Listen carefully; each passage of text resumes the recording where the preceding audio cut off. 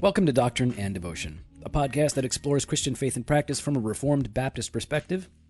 My name is Joe Thorne. I'm the lead pastor of Redeemer Fellowship in St. Charles, Illinois. And I'm Jimmy Fowler, elder candidate at Redeemer Fellowship. What's going on? Nothing. What's up with you? Well, I just got done preaching. How about you? I got done preaching myself. Hey, preaching brothers! I'm tired. Yeah, that's why we had to do the Diet Coke. Yeah, because we're dragging. Joe calls me, and I'm thinking, oh, he wants to talk and say, hey. He's like, hey. I'm like, you thirsty? So immediately I'm like, I can bring some bourbon. I'm like, I'm thirsty, though. And I was like, oh, Miller Lite? You're like, no, I'm thirsty. I'm like, oh, okay, Diet Coke. Yeah. He wants a Diet Coke. So I stopped at McDonald's, got his favorite Diet Coke, and here we are. Yeah, we're ready. I feel better now, too. I know. So do I. I mean, it was a good day, great worship. I know you preached hard, I preached hard, though I preached twice as hard because I preached twice. Fair enough. Yeah. But see, here's the thing, though, is that the first time never counts for you. It counts. No, it doesn't. Yeah. It's your dry run. No, it's your the first run. It's not practice. It's not practice. Really? It's not like last week when you apologized during the first service? I'm sorry for boring you. I definitely didn't say that. Now you're making things up, bearing false witness. Well, bearing false witness. I'm going to have to check my sources because I wasn't here. Okay, yeah. No. But someone told me that last night. No, I would never say that. It's the weirdest thing ever. Who said that? I don't want to say it. You say who it is. I'm not going to say it. I'm not saying on the podcast. Colson. No. No, somebody in your CG. That's who it was. So I can tell. All right, why would I say that? I'm sorry for boring you? Something like you had a long intro or something. You had a long intro. No, I didn't say. I probably made a joke about how I have a long intro or something. I wouldn't apologize for boring. It wasn't boring. Last week wasn't I didn't boring. bear false witness, but I'm not going to say the person's name. All right. That's just, it's rude and it's inconsiderate, all right. Tyler. Well, thanks a lot, Alma.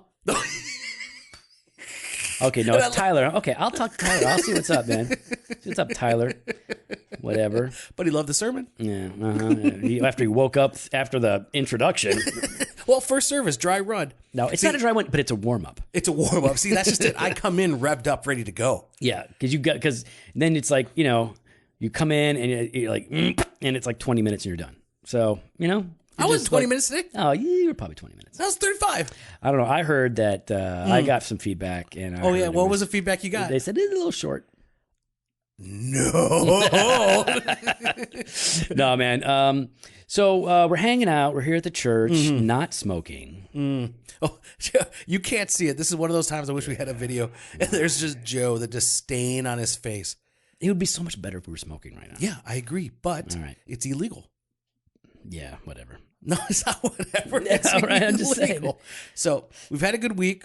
We both preached. We're tired. We got our Diet Cokes. But now we're chilling. We get to hang out. That's right. We're together. And we're going to talk about church planting again. Yes. But we want to talk about 2.0. Yeah. And we're going to come back to church planting from time to time because it's really important to us. We value that as a church. And so we'll link to it in the show notes. We can listen to a previous episode on church planting. Because a lot of it is, we're always looking for interns, church planting interns, people to be a part of what we do here at Redeemer. But you got to be a part of the life of the church before we'll send you out to plant a church. Okay.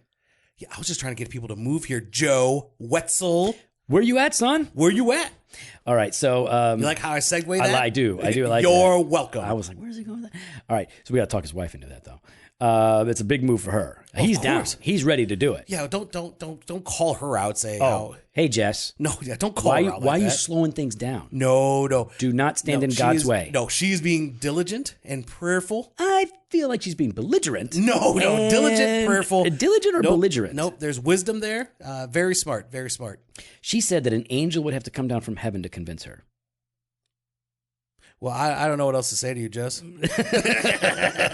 I mean, maybe that will happen, or maybe the Lord will work on your heart and convince you. And that's what I told her. I said, you can't stand against the sovereign God of the universe, man. He's just got to change your mind. All right, so we want to talk about church planting, but specifically the church planting green light. This is important because a lot of church planters will just rush to get out the door and get started, and kind of sputter and fail. And a lot of churches will push them out without due diligence. A lot of denominations and church planting networks will like, hey, if you want to go, we'll just send you. Listen, I'll be honest. The SBC used to do a lot of that. Yeah, they just would kind be of whoever said somebody yes. wants to go plant a church. Here's a little bit of money. Go plant a church without really investigating. Now they've changed that though. They're doing great now. They've adjusted that. They've realized that issue, that very specific issue that you're talking about, and have now kind of turned it.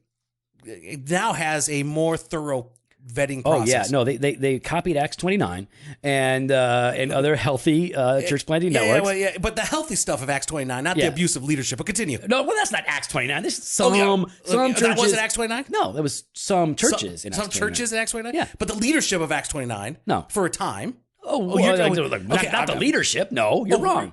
I'm wrong. Yeah, the leadership speaks to all of the leaders. To all leaders. Yeah. Well, when you've got king at the top telling everybody at the bottom what to do. Okay, so that's one person. But that's still leadership. Okay, but it's one part of the leadership. You just need to get on the bus, or you're going to get under the bus. Why would you say that? That's a mean thing to say. Well, that's a Driscollian I know, it's comment. not cool. Don't say that. All right, now listen. So anyways, SBC took the good stuff and made it better. Well, I don't know if they made it better, but they're doing really good. They got really good assessment processes now. They're very much investing in local churches to spearhead the church planting. And so what we want to talk about is when we have somebody who wants to plant a church, or when we hear from somebody that's interested in church planting, before we can give them the green light, which means we're going to send you and help support you, or it means we give you our blessing and we're excited for you. We can't say green light go unless we have red light. No, green light. Oh, so we can't say red light. Okay, I'm not playing the green light, red light, green light game. All right, fine. All right.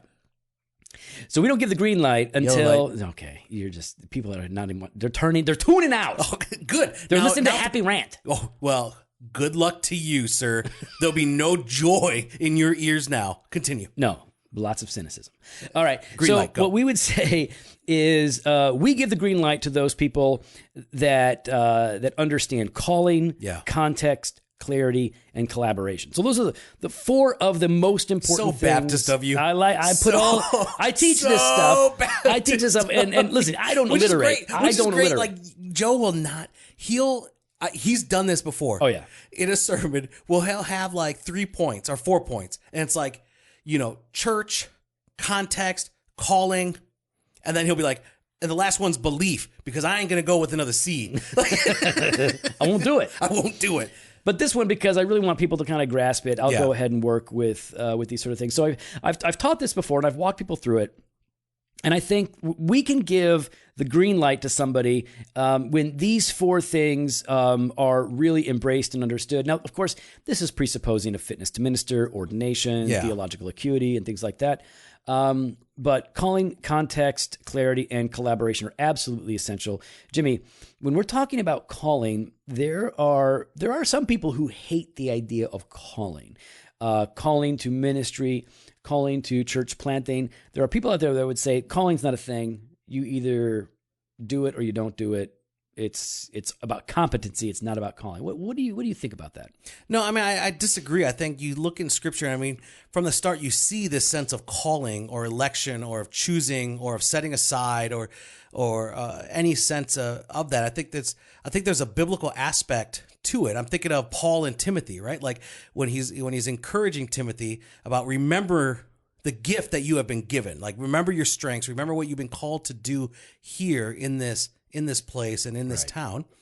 And so I think I do think calling is important. And what we're talking about there is that God has, or that an individual has been specifically, I can't use the word called, set aside, set apart by God. And the church has recognized this and affirms this, for them to partake in the ministry of God. That's a really important way to put it, like what you said, right? It's someone who has been set apart for this particular vocation, for this particular task, because we see this in Scripture, right? Paul was called and as apostle to be an apostle to the Gentiles. People are called to Christ in that sense, but then we have people that are called to function in the church in specific roles. Well, I mean, think of like when they talk about, Paul plants a seed, Apollos watered, right? Mm-hmm. I mean, people have different aspects of their calling. Apollos was water boy. He was water boy, like the Adam Sandler version. Yeah, well, I didn't say that. Yeah, we have different roles, and we're called to these roles. My mama said. So here's the thing: what we don't mean by this is what a lot of Southern Baptists say. I got to hear this. When a lot of Southern Baptists, Jimmy, talk about I was called to the ministry, they're referring to a very specific point in time when they experientially came to understand their calling. And really, they're oftentimes talking about a moment when God like hits them with a lightning bolt. So like you say, oh, I was called to ministry. Oh yeah, tell me about that. And they'll say, I was listening to this preacher and he said, someone here is called. And I was like zapped with a lightning bolt. And that's that's the moment God called me. Yeah. Like there was a time when they weren't called and then a time when they were called. Yeah, that's just that's not what we're talking about. Experientially, I've never. I mean, maybe God does work like that. I don't want to downplay what maybe God's doing in other people. Sure, but that's not the way. At least I don't see it in Scripture, kind of in that regard. Well, Paul was converted in that sense. All right, fair enough. And so I'm not saying that you don't have an experience, but that's not what we mean by calling. What we mean by calling is that you've been set apart for this from before the foundations of the earth. Good. Your calling is in that sense from before time, and you discern that call, and maybe there's a moment when you discern that call, and when the local church affirms that call. But so we're talking about calling to ministry in general is God preparing you, setting you apart, basically putting you in place to do a very specific task. That's what we mean. We don't mean the experiential lightning bolt thing. So then how do you know if you're called then? Right? Because if it's not that kind of sense of a lightning bolt type thing, because I mean, a lot of times it'd be easier if that was the case, right? But I don't want the lightning bolt. Well, you don't think the lightning bolt is easier? No, man. The zap wouldn't be easier? No, Dr. Tom Askell was struck by lightning. That messed him up for years. Okay. He was messed up for years. I'm talking about figurative. Hey, Tom, remember that time you were struck by lightning? Twice. Hey, bro. No, he was struck once, not twice. Twice would have been a bad sign. Twice means you in trouble. Yeah. Somebody's really gunning for you when you get hit twice. Well, the only person that's gunning for you is God. No, it could be Satan falling from heaven like lightning. So anyway, we're so dumb. We are. All right. So okay, I would say this. You've already mentioned one of them. How do you know? You've already mentioned one of them relating to the church. I did. So let's put it in order. I would say, and this is what like Richard Baxter would say, Charles Spurgeon would say this. All the guys that didn't live very long in life because they didn't know how to take care of themselves. Died of gout. So I would say that you know you're called when these three things come together. Number one, you have an internal longing, aspiration, desire, compulsion to do this. You've got to do this thing. I have to do this thing. You're restless until you're doing this thing. So whatever it is, whatever that ministry is, that's probably the first thing. Now, it may not happen first, but it will be a part of your calling. It's a part of the three. Yeah. So it's one of the three. And then the second thing is, do you bear fruit when you do that work? Are you effective? Do you see God producing through you in that? So maybe that's preaching to teaching, discipleship, evangelism, whatever. And then the third thing that you mentioned, Jimmy, which is like super critical, linchpin, the local church will affirm that calling. They will say, that's the thing we neglect the most. Oh my gosh. No, because we're so independent, like entrepreneurial, like I'm going to go do my thing. And it's always like because you're upset with the current church. Because nobody's doing it right. I wish they would do it right. I wish there was a faithful church. Yeah, I'm gonna start. I'm gonna start that faithful church, guys. Yeah. Come follow me. So annoying. You're so arrogant. But we do that. And if this is why it's so important for us to, and we're going to talk about this, to do this in the context of community and the local church. I have guys saying like, I want to plant a church. I'm like, yeah. What church are you coming out of? Oh, nothing.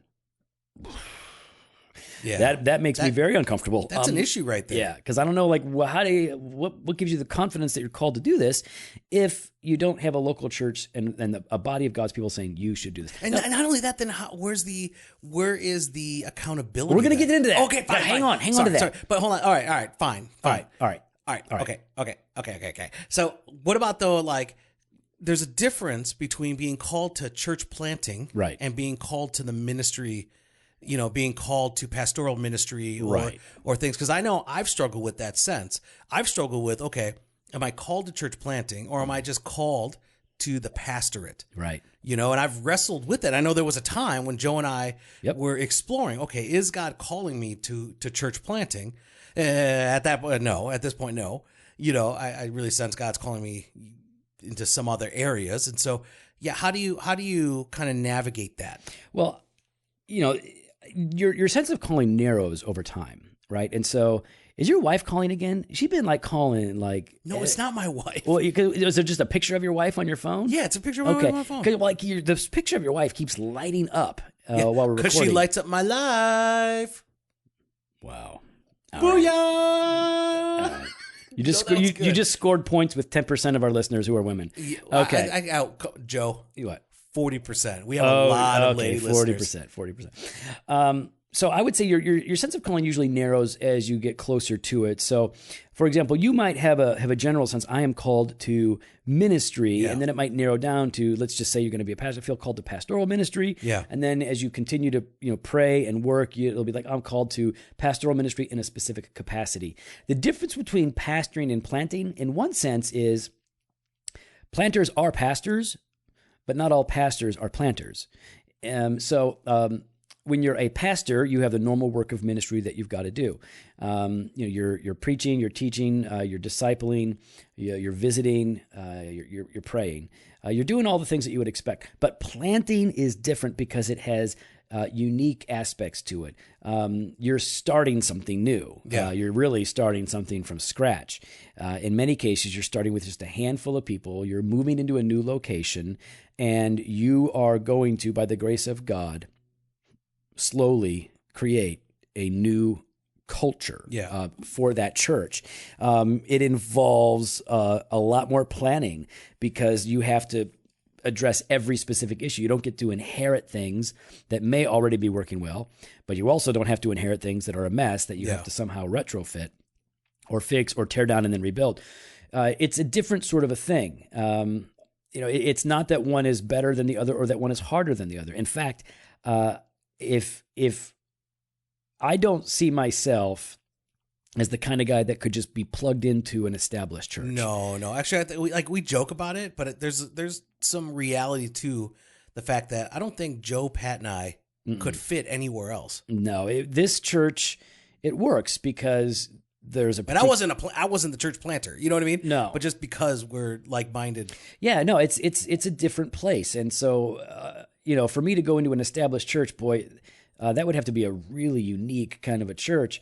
And very open change. Yeah. So it's not that one's easier or harder. It's just that they're very different. And so if you're called to pastoral ministry, that's great. But just because you're called to pastoral ministry doesn't mean you're called to planting ministry. Yeah. Certain things are going to have to be in place. And one of those things is a specific sense of calling to start a new church that is then verified by the local church in sending you. And you really want to see that you have been able to bear fruit in that through the beginning of other. What have you started before? Have you started a small group before? And has it flourished well? Have you started a ministry? Some people have just started companies and they've done well there, and that's a demonstration that they can start something. But it's not just starting though, Joe. It has to be it's got to be something that you can start and it's still going, right? Like it's got to be something that you could start and you learn to hand off. Right. You know what I mean? That at least that's my sense. People start things all day, every day, and they fail and they crash after a year or two, whatever. And failure is good. Failure is good, but I guess I'm just saying. Do you have a record of fruit? Thank you. Yeah, that's it. Totally. So calling is one of the things. We want to make sure that guys that are going to plant a church, especially as the lead guy, that they have a sense of divine calling to do that very thing. That's one of the critical components. The other critical component to this is context, meaning where will you plant, right? Because you have a sense of calling to church planting, but until you know your context, it's not going to go anywhere. Is there a city? Is there a county? Is there a state? The country? Like what is it, or where is it that you feel God is calling you? And I mean, the real question is like, man, can you fit there? Right. So you're talking about like, is there a place where you can go to begin this new work and then flourish? Now, it doesn't mean you have to be like everybody in that context, but you have to be able to fit in that context in an effective way. Oh, yeah. Like, I mean, listen, there's a lot of rural churches, and they're faithful, Bible-believing, love the Lord, just beautiful people. I don't think I could fit. No. No, I couldn't fit. I couldn't fit because those are real men, and I lotion my hands. Yes. You know what I mean? Like, Yeah. it's one of those, like, I don't think I can't fit in that context. It just doesn't make sense to me. And I think, though, here's the thing that I think that They would love me and accept me. I'm just saying. But for you specifically, but there could be somebody who does lotion his hands, and who yet God could call and make them to fit into that context. Absolutely. So I don't think it's, we're not saying that there is sort of a cookie cutter approach, like only people that look like this can go there. But you have to know where you're burdened. Like, is there a place you're burdened for? Yeah, that's the right question. I mean, so like city, like you said, Jimmy, city, county, state, country. Sometimes people don't have a city in mind. They're not burdened for a particular place, but they are burdened for a particular kind of person. Like, right? what do you mean by that? Okay, so they're like, I connect with blue collar people really well, they might say, and I have a heart for them. I want to bring the gospel to them. Or somebody else might say, you know what? I have a lot of education. I love education. I'm sort of a brainy, nerdy guy, and I really want to bring the gospel to bear to those who are really smart, too smart for their own good, think they don't need God, think they don't need religion. I want to bring it to them. So is there a demographic? Is there a people group? Is there a people that you are just burdened for, that you connect with well, that you want to invest your life in? Paul was called by God to the Gentiles. He loved the Jews; those were his people. He would have died for them, and yet God called him to the Gentiles specifically, and that was the bulk of his ministry. So what we're talking about here is you have to have not only a sense of calling to church planting, but you have to have a place and a context in which this plant is going to become a reality. And if you don't know the context, I can't really get behind you.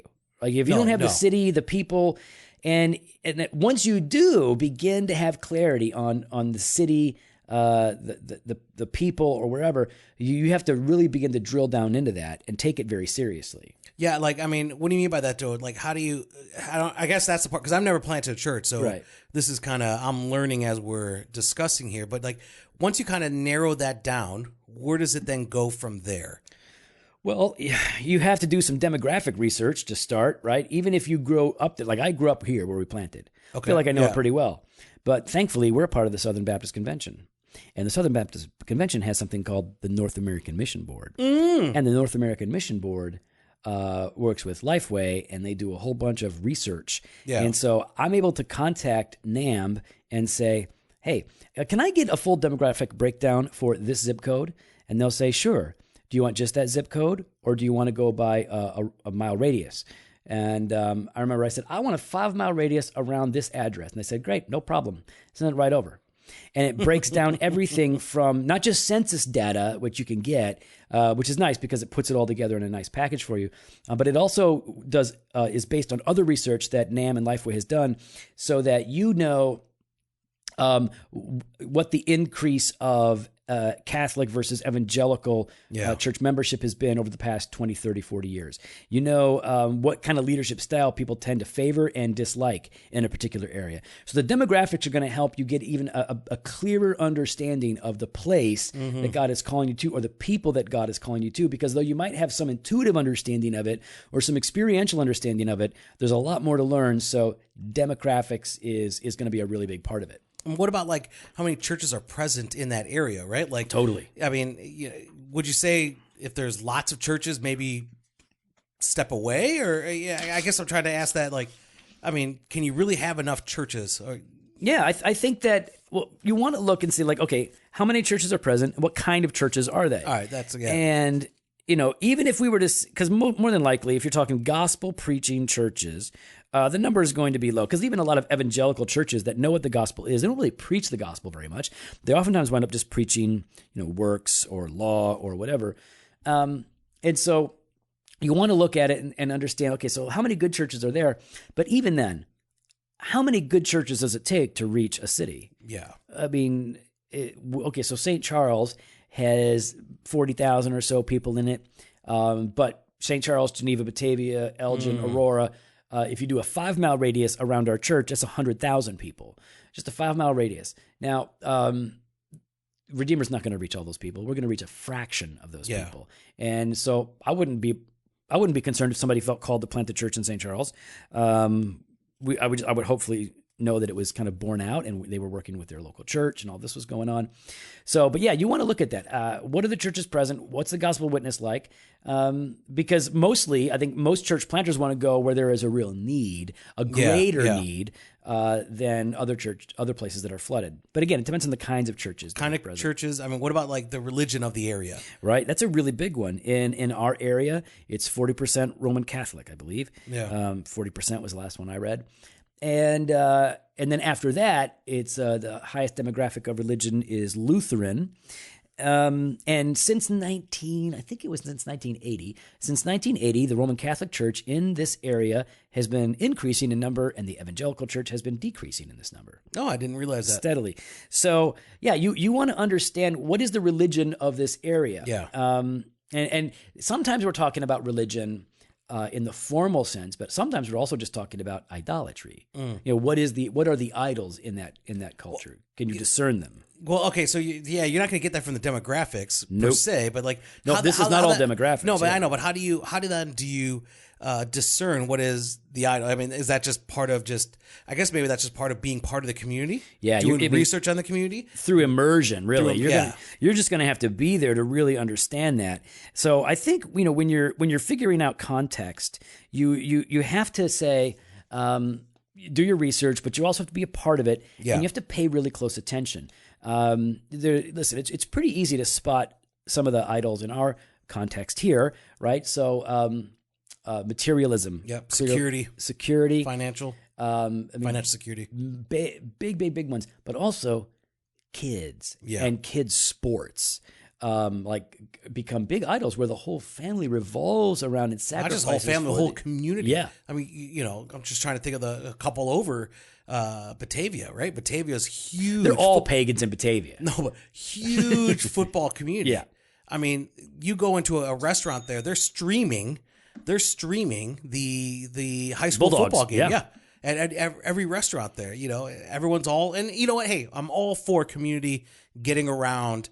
Idols. No, right. I know. I get what you're saying. Stop You're it. You know what I about, mean? Yeah. There's nothing wrong with that. Because here's the thing. If I was in a rural area and it was a small town and, there was the local sports team or, with the youth and all that, a lot of the community goes out for that. I get it. I understand that. But you need to still recognize where people's priorities are placed. Right. I think they should just start naming sports teams after idols and false gods, like the Montgomery Moleks. I think they ought to just start. Like just that way. The Batavia Bales. That's Batavia Bales. Yeah, that's exactly what I'm talking about. All right, see, we're on the same page. All right. So I think that's a really important part of it. And then also, like, what are the customs? What are the values? Like, what are the rhythms of this city and this community?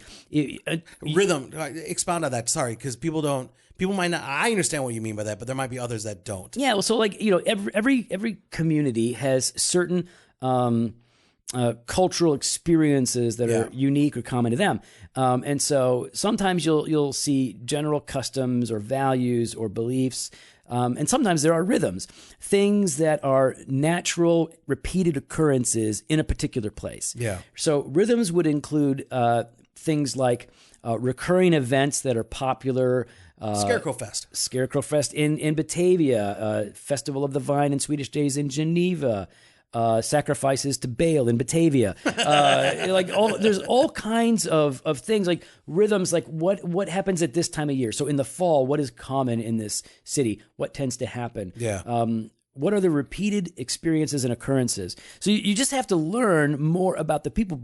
This is important because once you get context down, that allows you to get to the place of clarity, right? Clarity is that next thing that has to be there for us to give the green light to a church planter. So we're talking about clarity. We're talking about, is there a vision for what this church will look like here? Yes. That's a major part of it. Clarity on what kind of a church am I planting? What are we going to be about? How are we going to talk about this work? So on and so forth. So vision is the big word. Before you can, because here's the thing. Before you can paint a vision for what your church is going to be like, you have to know where it's going to be. Because the same church cannot be identically replicated in every city. Yeah. It's going to look different. It's going to feel different. Even if it has the same basic DNA, even if it has the same skeletal structure even, it's going to function a little bit differently. So I mean, let's actually, here's a good example. Okay. Let's think about Hughley, right? They planted the church in Mount Prospect, right, and now God's calling them to plant a church in Salt Lake City. Right. That's going to be different, even though it's kind of like the core leadership and the way they operate, beliefs and everything is the same. How they do that there is going to be different than how they did it in Mount Prospect, and even though it's the exact same planting team. Right, same exact planting. A church on the west side of Chicago is going to look different from a church in the western suburbs of Chicago. Yes. Theologically, it could be identical, but things are going to be different. So the clarity, what you're determining is when you're building the vision for your church, you're answering questions like, how do I articulate the mission of the church? Yeah. So the mission of the church is to make disciples. I think hopefully we all agree on that. If you don't agree on that, you got some problems. But how do you articulate the mission of the church? How do you articulate it? What goes into it? What are the words that you choose to state? Well, the mission of the church is to make disciples. Like, okay, well, you got to unpack that inside. Yeah. So how you articulate that, and then you talk about like, well, what are going to be the regular rhythms of this church that help produce disciples? Is it going to be Sunday school? Or is it going to be small groups?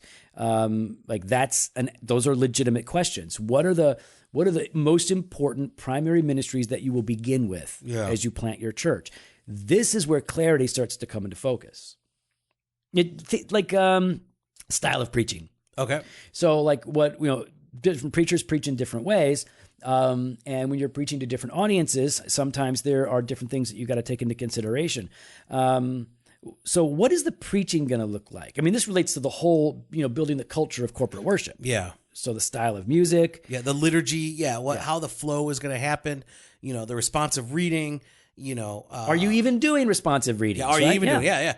All that stuff then has to be discussed and thought through with the singular focus of two things. First, well, how can it be singular and then two things? With a singular way to call me out. With a singular focus of in my head, I was like, the singular focus of the glory of God. But then I was like, how do you help move people? No, you're good. You do your thing. You're good. I'm with you. They're with you. Everybody's singular focus of two things. Okay. Obviously, primarily the glorification of God. Okay. Glorify God. I like that. But then also, how do you help move people from point A to point B to point C? Yeah. No, you're right. I mean, I can't believe you called me out on that. I was like, yeah. Like, if you're saying like, hey, listen, I'm called to plant a church. I know where I'm going to go. You can begin to strategize, right? You can begin to. This is the stage at which you begin to dream and to articulate and to brainstorm and to do research about like how church planting actually works. Now, all of this is going to be secondary to your confessional identity and church polity and things like that, right? You're going to be like those are critical essentials. Church polity, confessional identity. That's not going to change. But how long am I going to preach? Which songs are we going to use, and are we going to use instruments or not? And what kind of it? What's the flavor of the? All of that's going to depend on where you're going to be. So the better understanding you have on your area, your region, your city, the more capable you will be for clearly articulating exactly what is going to happen when you plant this church and where you're ultimately going. Because here's the thing. The difference between church planting, one of the differences between church planting and going to an established church is you are creating something. Yeah. Now, of course, Jesus builds the church and the gates of hell don't prevail against it. I get that. But what we're saying is God is using you to create something. There's going to be a unique culture to that church. There's going to be a healthy confessionalism and piety and all of that. But you're creating something. And so you've got to have real clarity for that, for it to be created healthy. If you don't have a plan, if you don't have an outline, it's going to be a mess. But also, you're also inviting people to be a part of this, right? That's it. I mean, you're not just inviting. Here's the thing: you're inviting others around you to join in to plant the church. So if they don't understand the vision, if they don't understand the direction, then it's going to be a hard sell. And if you can't sell a core team, then you can't sell a visitor. Right. or a guest or whatever you want to say. Right? I don't like using sell. I think you're gonna. No, I think that's the right word here. I think that's the right selling word here. indulgences Yes, and stuff. Like, wait, yes, okay. I'm glad you agreed with that. I do think you have to. There is some like quote unquote selling, because if they don't buy into it, then they're not going to get behind it and support it. And sounds like you want them to buy even salvation. You sound like one of those prosperity guys. All right, listen. I'm listening. Maybe. No, I know exactly what you're saying. Know what you mean. Yes, no, totally. Because listen, you're putting something out there, and you're trying to paint a picture of something that is good that God is doing. And if you don't communicate that well, they're not going to buy it. They're not going to believe it. They're not going to understand it.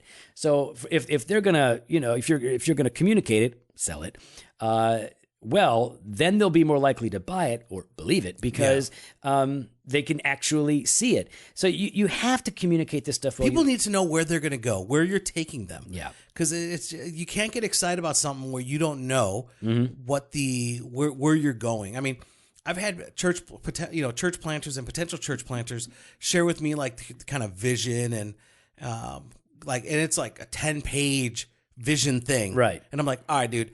Listen, if you can't do this on a napkin, then I don't know where to go from here. Yeah. In fact, one of the things we talk to people about all the time is listen, if you're really called to plant this church, then I should be able to drop you at a conference and you could do 30 to 45 minutes preaching and articulating this, but you could also give me a 60-second elevator pitch about it as well. You got to be able to do all of that. That's what clarity provides, and it's what calling to church planting, I think, requires. And I mean, I know I've mentioned this in the past, but one of the things that did kind of solidify for Michelle and I that Redeemer was... Am I preaching? That Redeemer was for us was when Joe came and visited the factory, and we were talking and hanging out, having coffee, and just right there in 60 seconds, laid out the vision for the church. That's how good I was. It was good. I was articulate. It was clear. It was memorable. And I thought to myself, okay, if the leadership understands, then the people can understand. Because I've been in too many churches where the leadership has no idea where the church is going. So how do they expect any of us to know? Yeah. And so I think I can't stress that enough. I can't stress how frustrating it is. I won't do it. I refuse to do it, to get behind a leader that doesn't know where they're going. Yeah, well, no, that's what you need from a leader. I refuse. And if you're a church planter that doesn't know where you're going, then you have no business calling people around you yet. Yeah. If you have no idea what the direction, there's no business in trying to raise support and to raise a core team. And the reality is they're going to wind up hurting people, and they're going to be hurting the more vulnerable, because, just to be honest, the ones that have wisdom aren't going to follow you. No. They're not going to follow you because you don't know where you're going and you can't articulate it. I can't tell you how many people we've had to turn down in doing assessments for church planters because they so obviously didn't really believe that they were called. So calling itself was just a really big thing. They just like, if I didn't do this, I could do something else. Or if we began to ask them very basic questions about, what is this going to look like? How's it going to work? They have no idea. So one last aspect to this, right? It's a parachute. You want to parachute into a situation, parachute First into of all, a context. That's not a C, that's a P. And we're lining it all up. We're not doing it? Yeah. So calling. Yeah. Right? God have a sense of calling. Context, where are you going to plant? Clarity, what's it going to look like? And then crash into a community. No, nope. It's collaboration. Oh, that's collaboration. So, which basically means don't go alone. Yeah. That's a bad idea. Some people have done it and they've done well, but that tends to be the exception rather than the rule. Our first church planter, it was just him and his wife. We sent them out and they planted a church and they're doing great. But that was really hard. It was really hard for them, but it's also... That's where, again, calling was really important. Jamie knew he was called. Yeah, and we knew he was called. And he knows he's called. We knew we backed him. We're like, you've got to go. That's it. So what we're talking about in collaboration is not going alone, but working with others in a number of different ways. As you go to plant this church. Now, this is something that I think all of our church plants after Jamie have had collaboration, and Jamie had a little bit of collaboration, but not as much as our new one. So one aspect of collaboration for all church plants ought to be elder oversight from a parent church. Yes, you need some people who have experience, who love you, who have your back, but will also tell you to knock it off if you're getting sideways. And that would be the elders from your parent church who can shut the whole thing down if you go renegade and start doing something crazy, but who will also protect you from abusive people that sometimes creep into church plants. Oh, absolutely. You need the advice, you need the oversight, you need the security of having a parent church with the elder oversight over the finances, over the leadership, over everything. As you transition through this time. Yeah. And, when you have a parent church like that, oftentimes they can supply you, that you can use the secretary or their finance team. Yeah. There are all these things that are helpful that can free up the planting pastor. But also, really the big idea here is that you have big brothers who love you and are looking out for you along the way.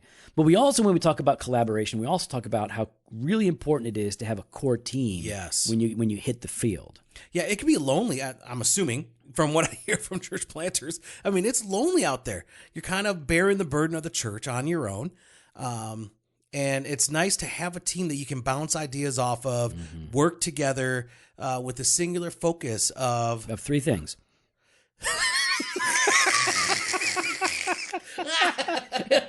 All day long I'm going to do that. With the focus of glorifying God and reaching the community. Yeah, to his praise. That was the three. Oh yeah, I take it two of them. No, listen. Even the shorter catechism, man's chief end, one thing is to glorify God and enjoy Him forever. Exactly. See, singular focus, two things. That's right. I'm just of a different plane of understanding. Bro, do you even Westminster? So we've got collaboration in terms of elder oversight and then core team. A core team is basically the individuals and the couples and the families that are going to go with you to plant this church. Now, maybe you're going to have nobody, right, which we would strongly advise against. Yeah. Like Jamie did, but God was with Jamie, and again, Jamie is a rock star. Jamie's like super evangelist too, man. Like he's way better at that than I am, than any of the other pastors I know. Because he loves people. Yeah, you gotta love people. That's what it is. He loves people. I hate people. And then but you want to have like, so like Seth was able to take three families. It was him and two other married couples, and then Tom took like 20 something people. And he didn't just take he took good people. Yeah, I know. No jokers. No. At some weirdos. At some point, I remember the elder going, "All right, man. Hey, this is enough. Hey, we said he could take as many as he wanted." I didn't think all these people would go. No, you could have Justin Wilson. Oh yeah, please. You can't have Annie. You can't take his wife or kids. You can take Justin. You can take Justin. We're keeping Elizabeth. Yeah. She gets to stay. Justin goes. Who's Elizabeth? Urbanowski or whatever. Oh goodness sakes, man! I got all confused. Yeah. Wow, dude, you don't love people. First at of all, Urbanowski. Yeah, Urbanowski. Something like that. That is not her name. Don't matter. She's gone. It's been 2 years. Urbanowitz. Whatever. All right. Hey, Elizabeth, you probably don't listen, but if you do, we miss you. All right. We'll trade Justin. We need a core team of people to go with our people. You also want, in collaboration, the people in that core team, some of those people need to be active in the leadership of that plant. So they're not going to be elders, they're not deacons, but these are people that are taking responsibilities for certain aspects. So the lead pastor, the children ministry, whatever it is, worship right? Could ministry. Be admin, worship, children, something. So that the one full-time preaching guy isn't doing everything. You've got to delegate and raise up people, because then those people then are potential elders. Yep, or deacons. Yeah. Right. So that. And like you've been saying, Jimmy, and this is something that we're always concerned about, is collaboration allows for greater accountability. Yeah. Not just from the parent church, but also when you're working alongside people, even if you are, like our church planters, carry the weight of the authority when they are out there on the field than anybody else in that church plant. Now, the elders at this church trump his authority. Yeah. But our church planters that are out there, they have developed such good relationships with the people that they work alongside in their church plants. Those people will call them out. Oh, yeah. They're not going to let them get away with nonsense. So collaboration is absolutely critical. We can give the green light to a church planter who we believe is not only called to vocational ministry, but who can clearly identify a calling to church planting. We want to make sure in that context that they are theological beasts, right? We expect them to be strong theologians, godly men who meet the qualifications in 1 Timothy 3, all of fitness to minister and all that. But we want them to have that personal sense of calling, context. Yeah. We want them to know where they're going, and sometimes we'll help them get there. They got a sense of calling. We start working with them to help identify context, and then they start working on clarity. And before they hit the ground running, they have really worked to cobble together a band of misfits, right? Godly renegades who are going to go and plant this church with them. So a lot of you guys are asking us, hey, can you talk a little bit more about church planting? Here are 4 things that we look for in people if we're going to say, go get them, man. We're praying for you. We love you. We believe in you. These things got to be in place.